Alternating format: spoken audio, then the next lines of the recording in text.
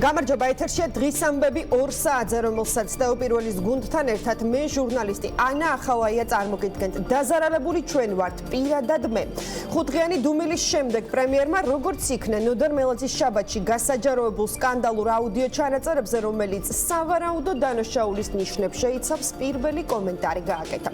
იმის ნაცვლად, რომ ირაკლი ღარიბაშვილს საზოგადოებისთვის აეხსნა, რატომ იღებდა სავარაუდო დანაშაულის შემცველ დავალებებს, როგორც ქართული ოცნება უწოდებს პატარა ბერასგან, ღარიბაშვილმა გვითხრა, რომ ჩანაწერი არის 11 წლის წინანდელი, არის ფაბრიკაცია და უბინძურესი პროვოკაცია, რომლის უკანაც მიხეილ სააკაშვილი დგას. ირაკლი ღარიბაშვილმა მხოლოდ იმის განმარტება ჩათვალა საჭიროდ, რატომ ახსენებენ საუბარში ის და ბერა ივანიშვილი ფრაზას მინისტრები დაურეკავენ. ღარიბაშვილი ამბობს, რომ ნაციონალური მოძრაობის მმართველობის დროს მას როგორც ქართულ ფონდის დირექტორს მინისტრებთან კონტაქტი ხშირად უწევდა. კონკრეტულად კი ის ამბობს, არაერთი შეხვედრა ჰქონდა კულტურის მინისტრ ბატონ რურუასთან, თბილისის მერთან, მიხეილ სააკაშვილის მეუღლესთან, ქალბატონ სანდრასთან ჰქონდა არაერთი მოლაპარაკება და მათი თხოვნების მოსმენა გვიწევდა. პრეზიდენტის დედა გიული ალოსანიაც ჩვენი ხშირი სტუმარი იყო და ქართულ ფონდში გვსტუმრობდა. აქედან გამომდინარე პასუხები ნათელია, ამბობს ღარიბაშვილი. ფაბრიკაცია 11 წლის წინანდელი. რაც შეეხება ჩვენს ასე ვთქვათ ამ ხმაურიან დღეებს, მე მინდა მანამდე არ ქონდა შესაძლებლობა ასე ვთქვათ, რომ გამეკეთებინა კომენტარი. ეს ჩანაწერები ასე ვთქვათ არის ფაბრიკაცია 11 წლის წინანდელი ჩანაწერების. პირველი ის რომ რა თქმა უნდა კიდევ დადასტურდა, რომ მაშინ ჩვენ ვიყავით ტოტალური კონტროლის, ტოტალური მოსმენების მსხვერპლი და ასე ვთქვათ, ყველას უსმენდნენ ჩვენ კარგად მოგეხსენება. ეს ერთი, მეორე ის რომ თვითონ ჩანაწერი შედგებოდა უამრავი საუბრებისგან, ეს არის ფაბრიკაცია ჩვეულებრივი. მოგეხსენებათ, რომ მე 8 წლის განმავლობაში ხელმძღვანელობდი ბატონი ბიზნეს ივანიშვილის ფონდს, საქველმოქმედო ფონდს. ჩვენ მართავდით არაერთ საქველმოქმედო პროექტს საქართველოში და ბუნებრივია მაშინ მე მიწევდა ურთიერთობა, პირდაპირ კომუნიკაცია მთავრობის უწყებებთან, მინისტრებთან მათ შორის. მე მქონდა არაერთ შეხვედრა არც გარდაცვლილი კულტურის მინისტრთან ბატონ რურუასთან, ბატონ კვიტაშვილთან, რომელიც ჯანდაცვის მინისტრი იყო, ჩვენ მუშაობთ ამ პროექტებზე, განათლების მინისტრთან მქონდა შეხვედრა. თბილისის მერთან მაშინ თუ არ ვცდები, ბატონი ასე ვთქვათ, კიდევ იყო ერთ-ერთი მინისტრი ეკონომიკის მინისტრთან, ასევე მინდა თქვა, რომ პრეზიდენტის მეუღლესთან, სააკაშვილის მეუღლესთან, ბატონ სანდრასთან მქონდა ჩვენ არაერთ პროექტზე მოლაპარაკებები და ასე ვთქვათ, მათი თხოვნების მოსმენები გვიწევდა. პრეზიდენტის დედა ქალბატონ გიული ალოსანია ხშირი სტუმარი იყო ჩემი, როცა მე ვიყავ ფონდის პრეზიდენტი. ქართულ ფონდში იგი სტუმრობდა ჩვენ ხშირად. აქედან გამომდინარე, მე მგონი პასუხი ძალიან მარტივია, რომ მე პირდაპირ კომუნიკაცია მქონდა მინისტრთა კაბინეტის წევრებთან. ღარიბაშვილი ტყუის 2010 წელს ფონდ ქართულთან ურთიერთობა სრულად გაწყვეტილი იყო. ივანიშვილისგან მხოლოდ გიგა ჩრდილელი ქართულს მაშინდელი პრეზიდენტი იყო კავშირზე და ისიც მხოლოდ ჩემთან. მეტი არავის ხელისუფლების მხრიდან არავისთან ქართულთან შეხება აღარ ჰქონია. როგორც მერი მე მას არასდროს შევხვედრი ვარ, ვიდრე 2012 წლის დეკემბრამდე, როცა ის შინაგან საქმეთა მინისტრი გახდა. პასუხობს თბილისის ყოფილი მერი გიგი უგულავა ირაკლი ღარიბაშვილს. ვისთანაც ღარიბაშვილი ტყუის, ღარიბაშვილის სიტყვები მოკლე ფეხება ტყუილია, იმიტომ რომ 2010-11 წლებში ქართულ ფონდიდან, ანუ ივანიშვილის გარემოცვიდან არც ერთ საკითხზე, ხას უსვამ, არც ერთ საკითხზე ურთიერთობა აღარ იყო, ურთიერთობა გაწყვეტილი იყო. ერთადერთი პირი, ვისთანაც მე პირადად ჰქონდა ურთიერთობა, იყო გიგა ჩრდილელი, ქართულ ფონდის მაშინდელი პრეზიდენტი. ხელისუფლების მხრიდან მეტი არავის ქართულ ფონდთან ურთიერთობა აღარ ჰქონდა. ღარიბაშვილი მე პირველად ნახე ეს ცოცხალი, უკვე როდესაც მინისტრი იყო, როდესაც ქართული ოცნება მოვიდა ხელისუფლებაში. სკანდალურ ჩანაწერებთან დაკავშირებით სიჩუმიდან 157 საათში გაკეთებული ბუნდოვანი და არადამაჯერებელი განმარტებების შემდეგ ირაკლი ღარიბაშვილი TV პირველზე მორიგ სამართლებრივ თავდასხმასაც გამოეხმაურა. პრემიერმა გვითხრა, რომ ტელევიზიაში არავით არის შეჭრა, არ იგეგმება და რომ არავით არის საფუძველი პანიკის და განგაშის არ არსებობს. TV პირველის მიერ გავრცელებულ ინფორმაციას, რომ თითქოს მთავრობა აპირებს რომელიმე ტელევიზია შეჭრას ან მათ ტელევიზია შეჭრას, რა თქმა უნდა, ეს არის აბსოლუტურად ყოველგვარ საფუძველს მოკლებული, ეს არის აბსურდი, არავით არის შეჭრა, არ გეკმება მთავრობის მხრიდან ეს მინდა შევახსენო ჩვენს ოპონენტებს, რომ ჩვენ დღეს ვართ 2021 წელს, ეს არ არის 2007 წელი, როცა მოხდა იმედის დარბევა და შეჭრა იმედში. რა თქმა უნდა, ჩვენ ეს ყველაფერი ჩავტოვეთ და დავასრულეთ 2012 წელს, აქედან გამომდინარე, არავით არის საფუძველი პანიკის და განგაშის არ არსებობს. მაშინ რას ემსახურება განჩინებაში ჩანაწერი, რომ საგამოძიებო მოქმედებების ჩამტარებელმა პირმა ან ორგანომ საგამოძიებო მოქმედებების ჩატარებისთვის წინააღმდეგობის გაწევის შემთხვევაში გამოიყენოს იძულების პროპორციული ზომა. ამ შეკითხვაზე ირაკლი ღარიბაშვილს უკვე აღარ უპასუხია. თავდაპირველმა კი სამართლებრივი თავდასხმის შემდეგ სამართლებრივი ბრძოლა დაიწყო. არხის იურისტებმა დღეს მოსამართლე ლაშა კლდიაშვილის განჩინება სააპელაციო სასამართლოში გაასაჩივრეს, რადგან მიიჩნევენ, რომ ეს არაკონსტიტუციური და კანონთან წინააღმდეგობაში მოდის. ამ თემაზე ვისაუბრებთ ჩვენს გადაცემის მსვლელობისას, მანამდე კი გეტყვით, რომ ირაკლი ღარიბაშვილი მოლაპარაკებების მაგიდაზე ვეღარ იჯდება. ზუსტად 1 საათში ევროკავშირის საბჭოს პრეზიდენტის შარლ მიშელის პირად წარმომადგენელთან კრისტიან დანიელსონთან ქართული ოცნება შეხვედრას გამართავს, რომელსაც სახელისუფლებო გუნდიდან არა პრემიერი, არამედ ირაკლი კობახიძე, არჩილ ტალაკვაძე და კახა კუჭავა დაესწრებიან. პრემიერს და პრეზიდენტს კი დანიელსონი ინდივიდუალურად უკვე შეხვდა. თუმცა რატომ აღარ იქნება მომდევნო შეხვედრაზე წარმოდგენილი ღარიბაშვილი, ეს არ ვიცით. ვინდა რატომ მიიღო უშუალოდ მოლაპარაკებების პროცესიდან მისი ჩამოშორების გადაწყვეტილება უცნობია.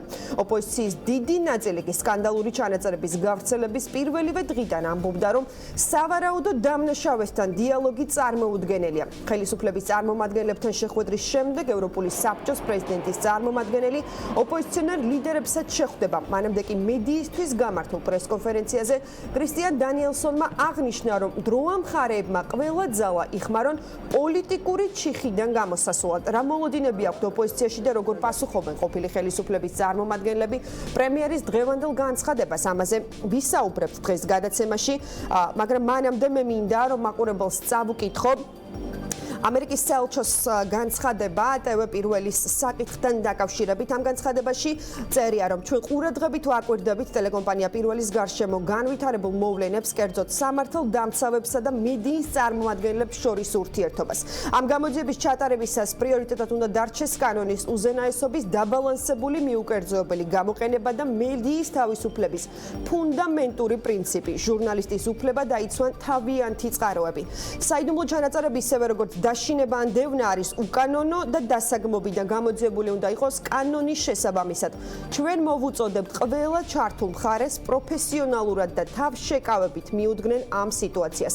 სასამართლო სისტემა უნდა მუშაობდეს სამართლიანად და მიუკერძოებლად და არ უნდა იქნას ბოროტად გამოყენებული პოლიტიკური მიზნების მისაღწევად შერჩევითი სამართლებრივი დევნის გზის. მე კიდევ ერთხელ გეტყვით, რომ ეს არის საკითხი, რომელზეც ჩვენ ვისაუბრებთ სწორედ გადაცემის მსვლელობისას. ჩვენი არხის იურისტი გიორგი მშვენიერაძე იქნება ჩვენი გადაცემის სტუმარი. მანამდე კი მოდით დავიწყოთ პოლიტიკურ ლიდერებთან საუბარი დღეს ღარიბაშვილის მიერ გაკეთებულ განცხადებებზე. ნუგზარ ციკლაური და აკაკი ბობოხიძე იქნებიან ჩვენი გადაცემის სტუმრები. მოდით ბატონ ნუგზარ, თქვენით დავიწყებ.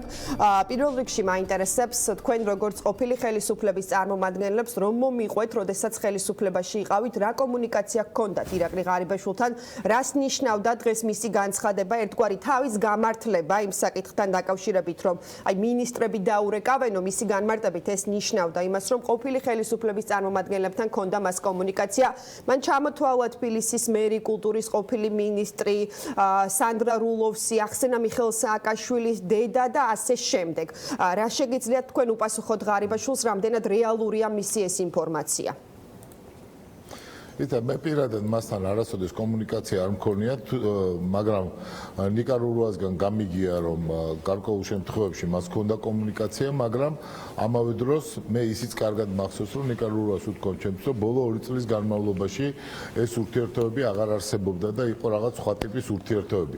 ნებისმიერ შემთხვევაში ეხლა არ შემიძლია აღწერო ის ანატომია თუ როგორი ურთიერთობა იყო ქართულ ფონდსა და ხელისუფლების სხვადასხვა წარმომადგენლებს შორის, საბედნიეროდ ცოცხლები არიან ადამიანები, რომლებსაც ჰქონდათ ეს ურთიერთობა და ისინი უკეთ ისაუბრებენ ამის შესახებ. მე მინდა ვთქვა ღარიბაშვილის გამოსვლასთან დაკავშირებით, რომ უკვე მანაც საქართველოს პრემიერ-მინისტრმა მის აღიარებითი ჩვენება, რომ ეს ჩანაწერები, რომელიც ტევ-პირველმა გამოაქვეყნა, არის სინამდვილე, ეს არის სიმართლე და ყველაფერი ის, რაც საქართველოს მსმენელმა მოისმინა ამ ჩანაწერებში, არის სიმართლე. კერძოდ ის გინება, ის უწმაწურობა, ის შეკვეთები ადამიანების დაშინების, ბულინგის, იმ ზომამდე მიყვანის 15 წლის ბავშვის, რომ სკოლაშიც კი ვერ მოახერხოს წასვლა, ისეთ მდგომარეობაში იყოს, ეს ყველაფერი მართლაც იყო და ამ ყველაფრის მონაწილე არის ირაკლი ღარიბაშვილი. ხო, მაგრამ ბატონო გზარ, ირაკლი ღარიბაშვილმა თქვა, რომ ეს არის ფაბრიკაციაო, მან თქვა, რომ მე ვარ ამ ყველაფრის მსხვერპლი, იმიტომ რომ მისმენდნენო თურმე წინა ხელისუფლების დროსო და მან ღიად თქვა, რომ ამ ყველაფრის უკან დგას მიხეილ სააკაშვილი. რას ნიშნავს მიხეილ სააკაშვილი დგას უკან? თვითონ ლაპარაკობს იმაზე, თვითონ ლაპარაკობს მოზარდთან ერთად და ეს ორი ამხელა კაცი, ეს ანზორ ჩუბინიძე და ირაკლი ღარიბაშვილი, რომელიც საუბედურო საქართველოს პრემიერ-მინისტრი არის დღეს, იღებენ დავალებებს იმისათვის, რომ დააშინონ 15 წლის მოზარდი. ეხლა მართლა ხო არ ბნელა და მართლა თვალში ნაცარს ხო არ შევიყრით ყველანი, ხო? რა მნიშვნელობა აქვს, რა წარმომავლობა აქვს ამ ჩანაწერებს? თავარი ხო მართლაც მისი შინაარსია და ყოველთვის შინაარსი აინტერესებდა ხელისუფლებას თუ გახსოვთ. მე მაგალითად ვარ რაღაც გადატრიალების აბსურდულ საქმეზე დაბარებული სუში 2015 თუ 16 წელს და იქ მაშინ რაღაც საიტმა უკრაინული რევოლუცია გამოაქვეყნა გარკვეული საუბარი. კი ბატონო და მე მგონი ბატონო გზა თუ სწორად მახსოვს ამ გადატრიალების მუხლი თუ სწორად მახსოვს ქართული ოცნების ხელისუფლებას დაახლოებით 5 ჯერ მაინც აქვს დაწყებული გამოძიება და ეს გამოძიებები ყოველთვის იწყებოდა არჩევნებამდე რამდენიმე დღით თუ კვირით ადრე. საერთოდ პროვოკაციები არის მათი სტილი არჩევნებამდეც და არჩევნების შუა პერიოდშიც. თქვენ გახსოვთ საბურავების ეგრეთ წოდებული საქმე, რომელიც შინაგან საქმეთა მინისტრმა დაანონსა. შემდეგ გახსოვთ ეს გადატრიალების საქმე, რუსთავი ორის დაცვასთან დაკავშირებული საქმე, რომელსაც ასევე მისცეს ამბოხების თუ გადატრიალების კვალიფიკაცია. და ახლა თურმე იგივე ადამიანები ინტერესდებიან მხოლოდ და მხოლოდ იმით, როგორი არის ამის წარმომავლობა და ამისათვის უვარდებიან დამოუკიდებელ ტელევიზიას, ტევ-პირველს და ეუბნებიან, რომ იმ შემთხვევაში თუ არ მოხდება რაღაცის დაკმაყოფილება და ესე იგი იმ შემთხვევაში თუ არ გაამჟღავნებენ წყაროს ტევ-პირველის ჟურნალისტები, ამ შემთხვევაში მოხდება ძალადობით ამოღება აი ამ ინფორმაციის. ეს რას ნიშნავს? ნიშნავს თუ არა ეს იმას, რასაც აკეთებდნენ სხვადასხვა ტელევიზიებში. ნიშნავს თუ არა პირდაპირ მუქარას, პირდაპირ პუტინის რუსეთის პრაქტიკის გამეორებას. ნიშნავს თუ არა, ეხლა ეს ხო ყველასათვის ცხადი არის, რაც ხდება და მხოლოდ მას შემდეგ დაიწყეს ეხლა უკან დახევა, რაც ამერიკის შეერთებული შტატების და ევროპის კავშირის პოზიცია გახდა ამასთან დაკავშირებით ცნობილი. ჩვენ ბრმები არ ვართ, ჩვენ გვახსოვს და არც ყრუები და არც მეხსიერება არ გვღალატოს. გვახსოვს აბაზოვის შემთხვევა, რომელიც მარნეულის მერი იყო, გვახსოვს სახლთან დახვედრები, ისიც ხელისუფლების მიერ ორგანიზებული, გვახსოვს კორცხელში მიქცევა, გვახსოვს ჟურნალისტების დატერორება, ქალბატონო ანუნა, ჟურნალისტების დატერორება პირადი ცხოვრების გამოქვეყნების მუქარი და ახლა მე გვახსოვს რუსთავი ორი როგორ წაართვეს ქართულ ხალხს და ახლა ტევ-პირველზე მიდის შეტევა და ამ თავარზე კვლავ გრძელდება ნიკა გვარამიას წინააღმდეგ დევნა. ეს რას ნიშნავს? ეს არის ნამდვილი ტოტალური თავდასხმა ქართულ დემოკრატიაზე, ადამიანის უფლებებზე, სიტყვის თავისუფლებაზე და რაც არ უნდა ილაპარაკოს ეხლა ღარიბაშვილმა, ხო ამას ვერავითარ შემთხვევაში ვერ შეძლებს, რომ ეს გადაიტანოს მეორე პლანზე, უმთავრესია და პირველ პლანზე ბატონო გზა მოусმინა მას. საქმე ქონდა მანიაკების საუბართან და ასეც იქნება ეს საქართველოს ისტორიაში და კი ბატონო გზა შეკითხვა მინდა ასევე რომ დაგისვათ დღეს დილით ქონდა დანიელსოს შარლ მიშელის წარმომადგენელს შეხვედრა ინდივიდუალურად პრემიერთან პრეზიდენტთანაც თუმცა სულ რამდენიმე წუთში უკვე დაიწყება მომდევნო შეხვედრა ქართული ოცნების წარმომადგენლებთან რომელსაც არა პრემიერი არამედ კობახიძე თალაკვაძე და კუჭავა დაესწრებიან. ანუ უშუალოდ მოლაპარაკებების პროცესს, როგორც ჩანს, ირაკლი ღარიბაშვილი გაარიდეს. რას ნიშნავს ეს ყველაფერი თქვენთვის და აი ეს რომ ღარიბაშვილი აღარ იქნება ამ შეხვედრაზე, თუნდაც ერთობლივად, როდესაც ოპოზიცია შეხვდება შარლ მიშელის წარმომადგენელი, რას შეცვლის, როდესაც ვიცით, რომ ის მაინც ჩვენი ქვეყნის სახელით უნდა ჩავიდეს ბრიუსელში? ის რა მე არ მინდა სპეკულაციები, თუმცა ყველანი კარგად ხედავთ და გვახსოვს რომ ერთი კვირის წინ სწორედ ღარიბაშვილი იყო ამ შეხვედრაზე ბატონ შარლ მიშელთან, ხო? ახლა ის უკვე აღარ იქნება მოლაპარაკებების მაგიდასთან, ნუ მის სახელს უკავშირდება ახლა ეს ძალიან მძიმე სკანდალი და უპირველეს ყოვლისა ადამიანური ღირსების შემლახავი სკანდალი და სავსებით შესაძლებელია რომ სწორედ ამიტომ იქნა ის გარიდებული, მაგრამ ნებისმიერ შემთხვევაში ახლა უმთავრესი არის, იმიტომ რომ ყველა ღარიბაშვილი არის, კუჭავაც ღარიბაშვილია სინამდვილეში, თალაკვაძეც ღარიბაშვილია და ერთი და იგივე ადამიანები არიან ესენი, მათ არ გააჩნიათ საკუთარი სახელები და გვარები და იცით რომ ასრულებენ ერთი ადამიანის, ერთი ოლიგარქის დავალებებს. ამიტომ ამ თვალსაზრისით ახლა რაიმე განსაკუთრებულს აქ ვერ ხედავ. თავარი არის რომ ამ მოლაპარაკებებზე ჩვენ და იცით საღამოს იქნება ეს შეხვედრა ერთიან ნაციონალურ მოძრაობას ექნება ძალიან მტკიცე და ძალიან პრინციპული პოზიცია, რომელიც უპირველეს ყოვლისა ეთანხმება იმ 6 პუნქტიან გეგმას, რომელიც ბატონმა შარლ მიშელმა შემოგთავაზა ერთი კვირის წინ ჩვენს და ხელისუფლებასაც და ჩვენ პოზიციაში არის უმთავრესი პუნქტები.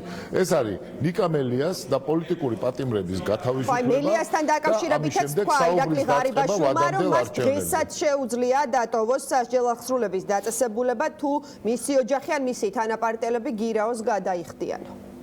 არა, ამას ისინი ამბობდნენ ყოველთვის, ეს არის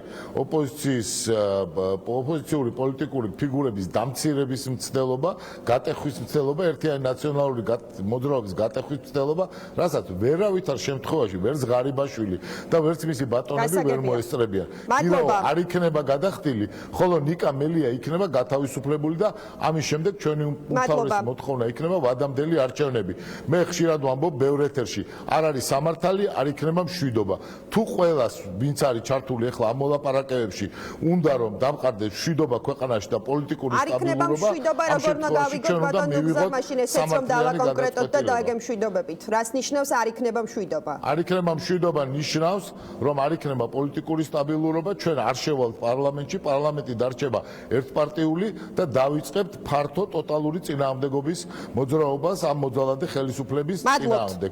ეს ნიშნავს არ იქნება მშვიდობა. სხვაფრით ყველაფერი იქნება ცხადია კონსტიტუციის და კანონის ფარგლებში. მადლობა ბატონი ნუგზარ ციკლაური საუბრობდა პირდაპირ ეთერში. ახლა კი გადავინაცვლებთ ევროპულ საქართველოში. ბატონი აკაკი ბობოხიძე შემოგვიერთდება. მოგესალმებით ბატონი აკაკი, მადლობას გიხდით იმისთვის რომ გვითმოთ დროს და იღებთ გადაცემაში მონაწილეობას. პირველ რიგში მინდა გკითხოთ, აი 5 დღიანი დუმილის შემდეგ დღეს პრემიერმა პირველად ჩათვალა საჭიროდ რომ განმარტებები გაეკეთებინა იმ სკანდალურ აუდიო ჩანაწერთან დაკავშირებით, თუ მოისმინეთ ღარიბაშვილის განცხადებები და რა გაიგეთ მოკლედ რომ გითხრათ ამ განცხადებებიდან? გავიგე კიდევ ერთი რამ, რომ ქართულ ოცნებას მის მომხრეები ბრიყვებად მიაჩნია და აბსოლუტურად ულოგიკო განმარტებებს აძლევს, მაგრამ სამწუხაროდ რა ვიცი უჯერებენ. ისინი უჯერებენ ფაქტია, ხო? ჩვენ კიდევ ერთი ულოგიკო და აბსურდული განმარტებები მოვისმენეთ. სხვათა შორის ხუმრობით მე მახსენდება აი ცნობილი სამტრედიელი ქალბატონი, უიაგი ნაციონალი ყოფილა. გახსოვთ ეს 2012 წლის ჩანაწერი ბატონი ღარიბაშვილი აღმოჩნდა, რომ თურმე ჩვენი 9 წლიანი სისხლიანი მმართველობის ჩვეულებრივი მონაწილე ყოფილა. მინისტრებთან თურმე ყოველდღიურ კონტაქტში, ყოველდღიურ საქმიან ურთიერთობაში ყოფილა, ასე მე არ ვიყავი. ჩემს საკუთარ განცდა რომ ირაკლი ღარიბაშვილიც ნაციონალი ყოფილა წინა ხელისუფლების დროს? არა, რაც თქვა, ამის აღიარება იყო, ხო? ონტყუილია, ხო, რა თქმა უნდა, იმიტომ რომ მას სინამდვილეში 2010 წლიდან ტყუილი თქვა უბრალოდ, მაგრამ რაც თქვა, ღარიბაშვილი ყოფილა 9 წლიანი მმართველობის ჩtildeოვანი მინისტრი ყოფილა, ყოველდღე მინისტრებს ხვდებოდა და ყოველდღე თურმე სახელმწიფო თემებზე საუბრობდნენ ჩვენი მინისტრები და ის ჩვენს მინისტრებთან. ეს ხო აღიარებაა პრაქტიკულად, რომ ჩვენი ხელისუფლების იმ 9 წლიანი ხელისუფლების ჩვეულებრივი პასუხისმგებელი პირი ყოფილა თურმე რა. პოლიტიკური პასუხისმგებლობას გულისხმობ. ეხლა მე გადავალ იმ აბსურდებზე, რომელიც ირაკლი ღარიბაშვილმა შემოგთავაზა. პირველი ბერა ივანიშვილის სიმღერა, აი ეს ტრიტრი, 2016-ში თუ 17-ში ნამღერი სიმღერა ჩვენი დროის მინისტრებს რატო უნდა ცოდნოთა და საერთოდ ბერა ივანიშვილი ვინ იყო ღეროდა თუ არა ეგ არ ვიცოდით 2010 წელს და რატო უნდა გავგიჟებულიყავით ბერა ივანიშვილის ნამღერი 2017-ში ეკნებოდა თუ არა დაყენებული ღარიბაშვილის ტელეფონზე ზუმერად 2010-ში ეს პირველი შეუსაბამობა და აბსურდი მე მეორე ღარიბაშვილი ამბობს რომ მე წარმოვადგენ მსხვერპლს ჩანაწერების. ჯერ ერთი მინდა გითხრათ რომ ჩაწერას აკეთებდა ზოგადად აღმოჩნდა რომ ჩაწერებს თურმე ხელისუფლება კი არა სპეცსამსახურები აკეთებდნენ და ეს სპეცსამსახურები არსებობდნენ ჩვენ დროს არსებობენ დღესაც და დღესაც ისევე წარმატებით აგზელებს დღევანდელი ხელისუფლების ხელშიც სპეცსამსახურები მოსმენებს როგორც ჩვენი ხელისუფლების დროს აკეთებდა და კეთილი უნდა ენება და თუ ეგ ფაქტი ქონდათ ეგეც უნდა გამოეძიებიათ. მეორე იქ ღარიბაშვილი ესეთ სიტყვას ამბობს ბერას არასრულწლოვან ბერას როგორც თვითონ ამბობენ თავაზობს რომ მეორე წრეზე ხომ არ ჩამოვიაროთ რომ მიხვდნენ ვისთან აქვს საქმე მე მინდა შეკითხვა დაუსვა ბატონ ღარიბაშვილს იმის მიღმა ვინ აკეთებდა ჩანაწერებს ვინ რას იკვლევდა ვინ მისი მსხვერპლია ვისთან აგვაქვს ბატონო ღარიბაშვილო საქმე თქვენი და ივანიშვილის ოჯახის სახით მაფიოზურ კლანთან ბანდიტურ ჯგუფთან ბანდიტურ ოჯახთან თუ ვისთან გვაქვს საქმე აი მეორედ რომ უფრო კარგად უნდა გავიგოთ თუ ვისთან აგვაქვს საქმე ჩვენ გავიგეთ უკვე ვისთანაც აგვაქვს საქმე ჩვეულებრივი ბანდიტები ხართ უпроსტად თქვენ ბანდიტიც არ ხართ თქვენ ერთი მონა ხართ მონა რომელიც ივანიშვილმა ისე გაგათავისუფლა სამსახურიდან რომ არც წინასწარ არც კი შეგატყობინათ და შემდეგ ასევე არალოგიკურია როდესაც 16 წლის ნამღერის ზუმერად დაყენებას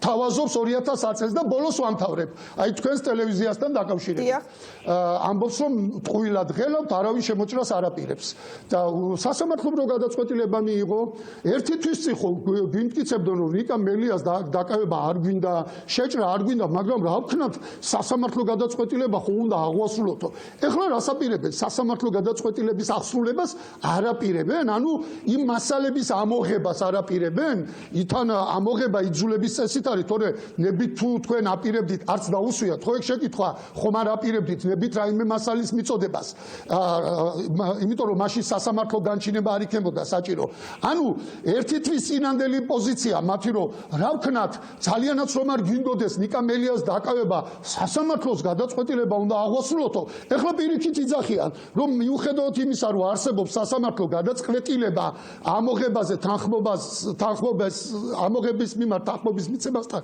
დაკავშირებით ამბობენ რომ მიუხედავად იმისა რომ სასამართლო გადაწყვეტილება არსებობს მშვიდად იძინეთ არ ვაპირებთ შემოჭრასო როდის იყვნენ მართალი და ყველაზე საყვარელი ფრაზა ქართული ოცნების ნაძირლების ჩვენი ხელწერა არ არის შემოვარდნა ჩვენი ხელწერა არ არის დავამთავრე ზუსტად 5 წუთის შემდეგ დაიწყო გაზის სროლა, გაზის ხელმძღვანელების და იმის რა ქვია დათვის ტყუების სროლა, როცა პრემიერმა გააკეთა განცხადება და პრემიერმა რისგან გულმოცემულმა გააკეთა განცხადება, იმიტომ რომ ზუსტად 5 წუთის წინ შევთანხმდით, მე ვიყავი ამის მონაწილე, რომ მოლაპარაკებაზე შევიდოდით და რადგან პრემიერი იყო დარწმუნებული და რომ შევთანხმდით და მოლაპარაკებაზე შევდიოდით, წინასწარ დაიბევა კარგი პოზიცია და მან თქვა, რომ დარბევა გაზი და ტყუები არ არის მისი ხელისუფლების ხელწერა და მისგან დამოუკიდებლად მისმა ხელისუფლებამ 5 წუთში მისი ნების მისი გვერდისავლით ბიძინა ივანიშვილმა გასცა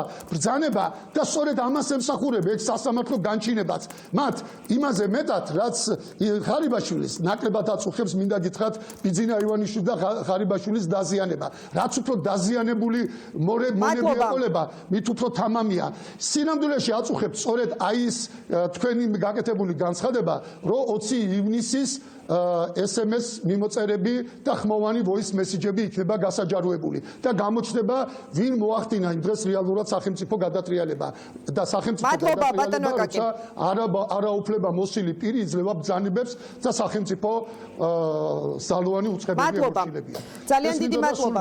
დიდი მადლობა. მადლობა ბატონ კაკო იმისთვის რომ მიიღეთ გადაცემაში მონაწილეობა. აკაკი ბობოხიძე საუბრობდა პირდაპირ ეთერში და ჩვენ ვახსენეთ პირველი საკითხი, მათ შორის პრემიერის განცხადება თავდაპირველთან დაკავშირებით, რომ ნუ ღელავთ არსად შემოჭრას არ ვაპირებთ, რომ ეს არ არის ქართული ოცნების ხელწერა და ასე შემდეგ, თუმცა ჩვენ გვახსოვს მსგავსი განცხადებები ქართული ოცნების წარმომადგენლების მხრიდან 20 ივნისსაც მაშინდელი პრემიერი მამუკა ბახტაძე გვიმტკიცებდა, რომ ქართული ოცნების ხელწერა არ იყო რეზინის ტყუების და გაზის გამოყენება, მაგრამ შემდეგ ნახეთ, როგორც მოხდა აქციის დაშლა. თავდაპირველი საკითხთან დაკავშირებით გავაგრძელებ სწორედ საუბარს ჩვენი სტუდიის სტუმარია ხალბატონი ელისო კილაძე, ქრონიკა პლუსის დამფუძნებელი და ასევე ჩვენ შემოგვიერთდება დისკუსიაში ჩვენი არხის იურისტიც გიორგი მშვენიერაძეც, რომელმაც დღეს სასამართლოს გადაწყვეტილება გაასაჩივრა სააპელაციო სასამართლოში. მოდით ბატონ გიორგი, პირველ რიგში თქვენ გკითხავთ, რატომ გადავწყვიტეთ მოკლედ სააპელაციო სასამართლოში ამ განჩინების გასაჩივრება და რა შედეგებს უნდა ველოდეთ მაშინ, როდესაც სასამართლოს სისტემის მიუკერძოებლობასთან დაკავშირებით არსებობს კითხვები. მესმის, რომ სამართლებრივი ბრძოლა აუცილებელია, თუმცა ამ მიმართულებითაც არსებობს ხო თუნდაც ჩვენი მისამართით კითხვები, როგორ შეიძლება ვენდოთ იმ სასამართლოს რომელიც იღებს ხშირ შემთხვევაში პოლიტიკურ გადაწყვეტილებებს და ამაზე არაერთხელ უსაუბრია ყველას, მათ შორის თქვენც. გამარჯობა, მოგესალმებით. ცხადია სასამართლოსთან დაკავშირებით, რომ ქვეყანაში ფუნდამენტური პრობლემები გვაქვს, ეს ერთგვარი სამწუხარო ერთგვარი კონსენსუსის საგანია, როგორც ქვეყნის შიგნით არსებულ სოციუმში, ასევე საერთაშორისო საზოგადოებისთვისაც. თუმცა მიუხედავად ამისა, ჩვენ სხვა სამართლებრივი გზა თუ არა ის, რომ სამართლებრივი ბრძოლა გავაგრძელოთ, უბრალოდ არა გვაქვს.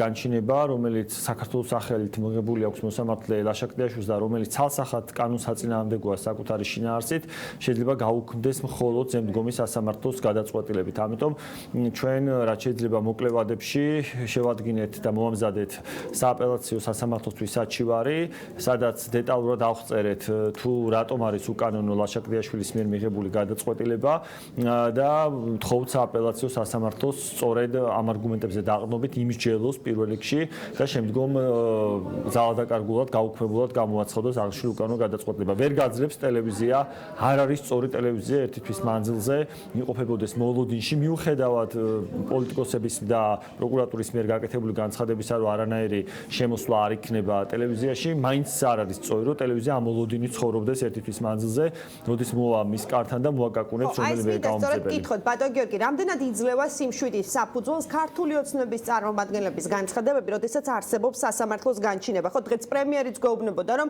ნუ ღელავთ, არავინ თქვენთან შემოჭრას არ აპირებს, გუშინაც პროკურატურა აზუსტებდა თავისივე განცხადებაში, რომ არ მოვდივართ, არ ინერვიულოთ. აი ეს რამდენად არის სიმშვიდის საფუძველი? გუშინდელი პროკურატურის განცხადება იყო განსაკუთრებით სამართლებრივ ნაწილში გაცილებით ადეკვატური, ვიდრე სასამართლოს საკუთარ განჩინებაში.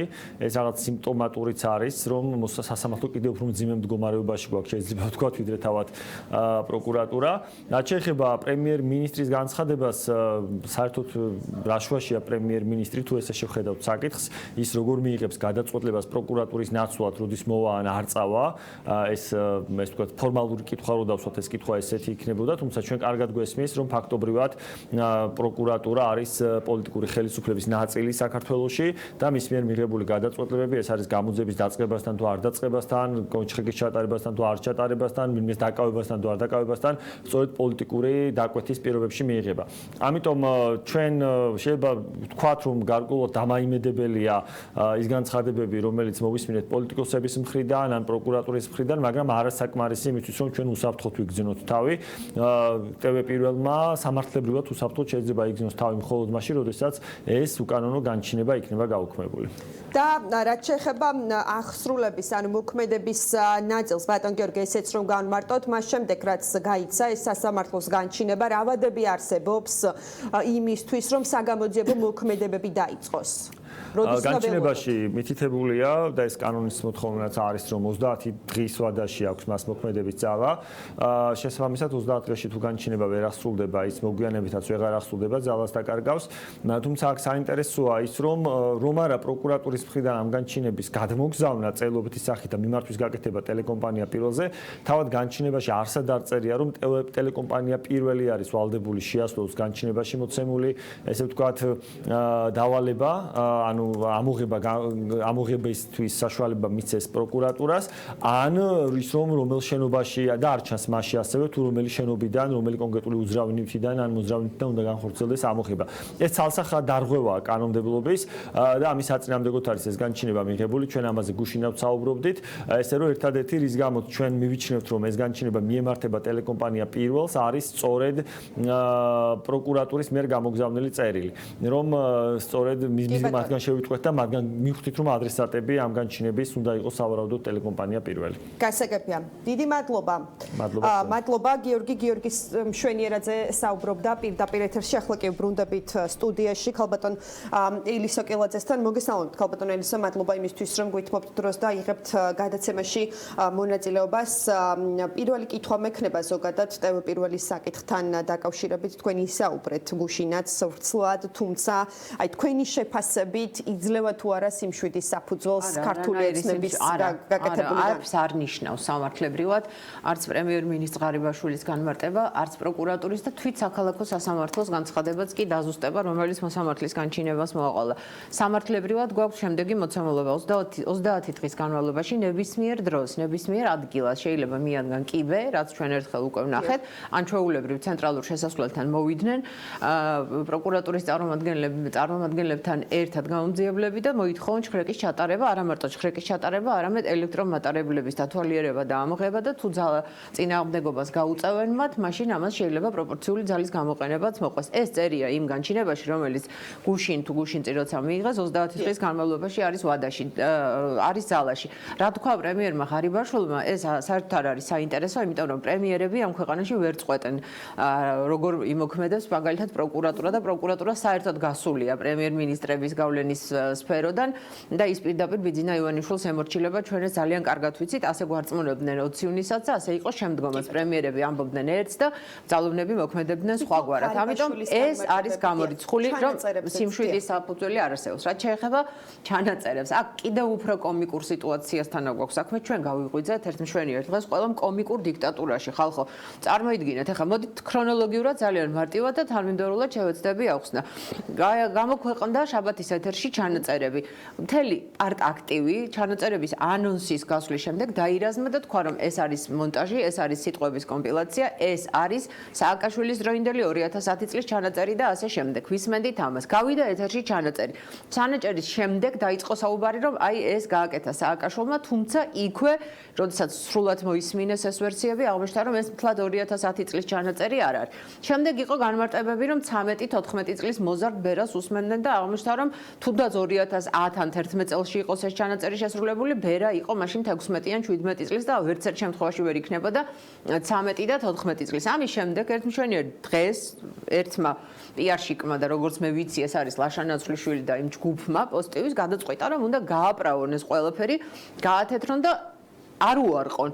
და რა გააკეთეს ხალხო, გუშინავს თქვი ეთერში და დღესაც გვიმეორებ, გენერალი ჩუბინიძე დასვეს კამერების წინ, რომელმაც მოყვა, რომ დიახ, ასეთ ფაქტს ჰქონდა ადგილი, დიახ, ბერას ემუქრებოდნენ, იყო შანტაჟი, მე პირადი დაცვის თანამშრომელი წავედი, ანუ უფროსი, რა ვიცი რა, თანამდებობა ეჭირა, მაშინ წავედი, ოჯახები მოვინახულე, იქ რაღაცა რაზვორკები ჩავატარე, სპორტზე იარონ ურჩია და ასე შემდეგ. გამაოგნებელია, რომელ ნატოზე და ევროკავშირზე ვლაპარაკობ, დავივიწყოთ საერთოდ და სამართლებრივად რაც შეეხება თუნდაც დაცვის უფროსი ან დაცვის წევრი პირადი დაცვის ბიძინა ივანიშვილის თუ ვიღაც ღობე გლეჯიაშვილის მნიშვნელობა არ აქვს. ის იმ მომენტისათვის არის დაცვის პოლიციის თანამშრომელი.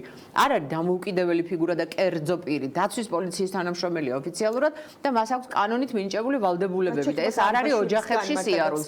და ნახეთ, აი სად მივდივარ. გამოვიდა ბერა და ნახეთ ის რაღაც უნიჭობის ზეიმი, რაც იქ იყო ინტერვიუს გარდა ყველაფერი და სირცხვილი მართლა ტელეკომპანია იმედს და იმ ადამიანებს, რომლებსაც მიყავდათ ეს გადაცემა ან რა იყო, ან რა კითხვები, ან ამ შემდეგ ამაზე აღარ ვილაპარაკებ, იმიტომ რომ ვილაპარაკეთ ვრცლად და თქვა რომ ხო, მას დედა შეაგინეს და მან დაიცვა თავისი ღირსება და კიდე დაიცავს და შევახსენეთ ჩვენ მას ყველამ და აღმოჩნდა რომ ბერას ეხა დედას ის ხალხიც აგინებს, ვინც საერთოდ არ აგინებდა და საერთოდ არაფერი არ იცოდა ამ ჩანაწერებზე, ეს მივიღეთ ამ ინტერვიუს შედეგად და დღეს ქვეყნის პირველი პირი ფორმალურად მაინც გამოდის და რას ამბობს რომ ეს ჩანაწერი არის ფაბრიკაციაო და დაზარალებული ვარ მეო. თუ ფაბრიკაცია ეს ჩანაწერი, მაშინ პროკურატურა რას იძიებს? პროკურატურის გამოძიების ფორმულირება არის ჩანაწერების უკანონო მოსმენა, მოპოვება და ასე შემდეგ. ანუ ჩანაწერის ავთენტურობა ირიბად, მაგრამ მაინც დადასტურებულად არის ამ გამოძიების საგანი. და მეორე, თუ დაზარალებულია ირაკლი ღარიბაშვილი, რატომ არ არის ის გამოკითხული, რატომ არ აქვს მას ეს სტატუსი და რატომ არ არის გამოკითხული ვერა ივანიშვილთან ერთად? აბსურდში შევედით სამართლებრივ ჩიხში და გადავედით ყოველგვარ ზღვარს მიღმა, რასაც მაგალითად გარდაცვლილების ხსენება ქვია და ასე შემდეგ. წარმოუდგენელი ამბავია რეალურად. მნიშვნელოვანია ახლა ქალბატონო ელისო, რომ ქართული ოცნება გავიდეს ამ ჩანაწერების გამომტანის კვალზე. ვინც ეს ჩანაწერები? ხო, ეძებენ დაჟინებით. ეძებენ მე თქვენთანაც თქვი, ეს გადაცემაში რამდენიმე ვერსიას განიხილავენ, ვინ გამოიტანა ეს ჩანაწერები და არის ერთი ამბავი, ყველა ოტო ერთმანეთს უსმენს და ყველაფერი ჩართულია, რისი მოსმენა შეიძლება. იმიტომ რომ ციხე გატყდა შიგნიდან თავად ეს საზოგადოებისთვის ამბობენ რომ სააკაშვილის დროა და სააკაშვილის დრო ინდელი ჩანაწერებია და უკაცრავად ვინ ჩაწერა სააკაშვილის დროს თუ ვინმე მაღალჩინოსანი იყო ყველა თანამდებობებზე ყავთ ამ 9 წლის განმავლობაში მოიყვანეს და დააბრუნეს თამაზაშვილმა დაიწყო ეს პროცესი შინაგან საქმეთა სამინისტროში და ვინ ჩაწერა მაშინ ხო თუ სააკაშვილის ჩამწერებს გულისხმობთ რატომ არ არიან ისინი დაკავებულები რასაც გვპირდებოდნენ ამ ხრის განმავლობაში ეს არის აბსურდი თვითონ იციან რომ ციხე გატყდა შიგნიდან და ეძებენ ამას სწორედ ამიტომ არის იმ განჩინებაში ჩაწერილი რომ ელექტრომატარებლების შემოწმება და ყველა ნებისმიერი რამ შეიძლება იყოს ეს შეიძლება იყოს ნოდარ მელეძის სამუშაო კომპიუტერი ეს შეიძლება იყოს მაკაჩიხლაძის ტელეფონი ნოდარის ტელეფონი და ასე შემდეგ რითაც ჩვენ კომუნიკაცია გვაქვს მათ შორის ჩვენ წყაროებთანაც ამიტომ ეხლა გადაწყვეტილების მიღების პროცესში არიან გვამშვიდებენ მაგრამ ელოდებიან რეალურად ანონს რა ანონსი დაიდება დღეს და იმის მიხედვით იქნება გადაწყვეტილება მიღებული რატომ თავარი ამბავი არის 20 ივნისი თავარი ამბავი არის მესიჯები voice message-ები რომელიც რეალურად ვიცით და თავადაც იციან რომ არსებობს ბიძინა ივანიშვილის გაგზავნილი დარბევის მერე და აი ამაზე მიდის ახლა მთელი ქნიასი და თავის ეხვა და ამ სიტუაციაში ივანიშვილი გასცემს დარბევის ბრძანებას არა მე არ მაქვს კონკრეტული ინფორმაცია ვინ გასცემს ამ ბრძანებას კონკრეტულად დარბევასთან დაკავშირებით არის თუ არა ეს პირი ბიძინა ივანიშვილი მაგრამ ყველა შემთხვევაში რა voice-იც არ უნდა იყოს პარტიის თავმჯდომარეს არ აქვს უფლება არც ერთ შემთხვევაში სამართლებრივად ჩაერიოს ან დარბევის გამცემი იყოს ან დარბევის შემდგომი პროცესებზე დირექტივების მიცემა ამის ეშინია და ამიტომ არის მთელი ეს აურზაური და დაბნეულობა მაგრამ იცით რა არის აი წარმოუდგენელი ამბავია ყველაფერი გააკეთეს რასაც ნაციონალურ მოძრაობას აბრალებდნენ და რის გამოც ნაციონალურ მოძრაობას აკრიტიკებდნენ დაწყებული ადამიანების ქუჩაში დახოცვით და ჩვენ ვნახეთ და ვიცით ეს გამოუძიებელი საქმეები დასრულებული ტელევიზიებში შეჭრეთ რა უნდა გაეკეთებია პასუხისმგებლობის მქონე ხელისუფლებას ან თუნდაც ვინმეს თქვენთან მეგობრებო ეხლა ვინც ხეთხართ და უყურებთ ამ ეთერებს ჭკუის ნატამალი რომ ქონოდა გამოძიება უნდა დაეწყოთ ისე როგორც უნდა დაეწყოთ და კანონმორჩილი ადამიანები ასე მაინც უნდა შეეფუთათ მთელი ეს ამბავი როგორც შეფუთეს პირადი ცხოვრების სამსახველი კადრების გამოძიება რომელიც თაროზია ასევე შემოძებული და უნდა მისულიყო გამოკითხვაზე პრემიერი ღარიბაშვილიც და უნდა მისულიყო გამოკითხვაზე ვერა ივანიშვილიც ისევე როგორც 20 ივნისთან დაკავშირებით გახარია დაკითხეს და იყო პროკურატურაში გამოკითხვაზე და ამის მერე შეგეძლოთ ეს საქმე ვადები არ არსებობს დაუსრულებლად გეძიებიათ მაგრამ სახეს მაინც შეინარჩუნებდით ელემენტარულად დღეს რა მივიღეთ ის რომ პროკურატურა აკეთებს განსხვავებულ განცხადებებს აკეთებს განცხადებებს ქართული ოცნება პოლიტიკოსები სასამართლო აკეთებს განმარტებებს საკუთარ განჩინებას ესეთი რამე პრაქტიკაში არ ყოფილა ამ ქვეყანაში და პრემიერი ღარიბაშვილი ამბობს რომ თქვენ ყველანი ტყუი ხართ ეს ყველაფერი არის ფაბრიკაცია ამ რეალობაში გვიწევს ჩვენ ცხოვრება და ამ რეალობაში მით უმეტეს თავის დამშვიდების საშუალება ჩვენ არ აგვაქვს ისინი ცხელი თავები რას გადაწყვეტენ და ვინ რა დოზით გაბრაზდება ნოდარ მელაძის შაბათის ეთერის მერე ჩვენ ეს არ ვიცით წინა შაბათსაც გადაცემის ჩაშლა იგეგმებოდა მაგალითად და ზონდერების მისვლა იქ საიდანაც ნოდარი ეთერში გადიოდა მინდა ქალბატონო ელისო ბოლოს რომ გკითხოთ თქვენ ახსენებთ რომ თაროზე შემოდებული საქმეები როგორ ფიქრობთ ის გამოძიებაც რაც დაიწყეს ეხლა თუნდაც ფორმალური ასევე თაროზე მოხდება იმიტომ რომ არსებობს მეორე შიდა გამოძიება რომელიც რა თქმა უნდა ეს გამოძიება ფორმალურიც კი არ არის იმიტომ რომ რაზე უნდა ერთი ხანდაზმულია თუ 2010 წელზე ვლაპარაკობთ რომ ეს არის 2010 წლის დანაშაული მაგრამ რაზე უნდა გავიდეს ვიზე უნდა გავიდეს უკანონოდ ვინც უსმენდა ბერა ივანიშვილს ვინ უსმენდა და ირაკლი ღარიბაშვილს ეხა ირაკლი ღარიბაშვილს 2010 წელს რომ არავის არ აინტერესებდა ისე რომ მინისტრები და ურეკავდნენ და არ ურეკავდნენ რეალურად არავინ არ იცოდა ირაკლი ღარიბაშვილი ვინ იყო 2010 და 11 წელს სანამ ბიძინა ივანიშვილმა ეს განცხადებები გააკეთა ფაქტია ხო ბერას პროდიუსერს ეხა მინისტრები არ ურეკავდნენ ნამდვილად იმიტომ რომ მარტივი რამის გამო მინისტრებმა მშვენივრად იცოდნენ რომ მათ უსმენდნენ და ივანიშვილთან კონტაქტები ქონდა მხოლოდ ერთ კაცს მიხეილ სააკაშვილის გარემოცვიდან და ეს იყო ვანო მერაბიშვილი არ გვინდა ეს ღაბრები არ გინდათ ეს ტყუილები ახლართულები ხართ და ხართ როგორც სამართლებრივ ისე პოლიტიკურ და კომიკურ ჩიხში ვერ შედგება ამ ქვეყანაში ვერც ირაკლი კობახიძის დიქტატურა ვერც ირაკლი ღარიბაშვილის და ვერც ვერავისი და ვერც ბიძინა ივანიშვილის და ვერც ბერა ივანიშვილის მოდი ასე ვთქვათ რა ეს არის შიგა დიდი ომი და ამ შიდა დიდ ომში შიდა გამოძიება შეიძლება შეიძლება წარმატებით დასრულდეს. გააჩნია რა ინფორმაციას მიიღებენ, ეხლა მიდის ერთმანეთის ტელეფონების ქექვა, ლეპტოპებში შეღწევები და ასე შემდეგ. ეს გამოძიება ბევრად უფრო წარმატებული იქნება ალბათ და სავარაუდოდ შესაძლებელია დაადგინდეს იმ პირის ვინაობა, ვინც გაბედა და გამოიტანა ეს ჩანაწერები, მაგრამ ოფიციალური გამოძიების შედეგი რა თქმა უნდა იქნება ნულოვანი. კიდევ ერთხელ ვამბობ ისევე, როგორც ჩვენ ვიცით ყველამ, ვინ დაიწყო პირად ცხოვრების სამსახველი პირების გამოქვეყნება და ეს იყო ღარიბაშვილი და პირადად მისი გარემოცვა, სახელები და მისახელებია ამ ეთერში და გვარები იმ ადამიანების, რომლებიც თავისუფლად დასეირნობენ. ეს პროცესი დაბრუნდა და დაიწყო ეს პროცესი თავისთავად ცხადია და ეს გამოძიებული არ არის მიუხედავად იმისა, რომ წინა სახალხო დამცველს წამზომი ჰქონდა ჩართული და იგივე პროკურორია ირაკლი შოთაძე, რომელიც განმარტებებსაც კი არ აკეთებს, რა ბედიეთია იმ შანტაჟს და ამ შანტაჟის ენაზე ლაპარაკი არავისთან არ გასულიათ და არ გაუვათ. ვერავის ვერ გაუვა 7 ნოემბრის დარბევის მერე, როდესაც მიხეილ სააკაშვილი თქვენს გასაგონად ვამბობ, იმედში შევიდა და დაარბია, მასაც კი არ გაუტარეს, თქვენზე გაცილებით გავლენიანი პოლიტიკოსი იყო და ბევრი მხარდაჭერა ყავდათ კიდევ დასავლეთში. ახლა ირაკლი ღარიბაშვილს კომიკურ ფიგურას და პერსონაჟს, რომელიც ტრიტრიდო და რაღაც ამაზე გადაობს და იცინეს, როგორ უნდა გაუტარონ ტელეკომპანია პირველში შემოჭრა. ახლა პასუხისმგებელი პოლიტიკურად არის ის და არა ამწუთას ბიძინა ივანიშვილი, რომელიც არის კულისებში. არ გაბედოთ, არ გამოგივათ, მოხვალთ მარტო TV პირველი ჟურნალისტები არა, ჩვენ ყველანი ვიქნებით აქ და მოგიწევთ ჩვენთან გამკლავება. მადლობა ქალბატონო ელისო კილაძე საუბრობდა პირდაპირ ეთერში, ჩვენს ეთერში ახლა რეკლამის დროა, რეკლამის შემდეგ დავბრუნდებით.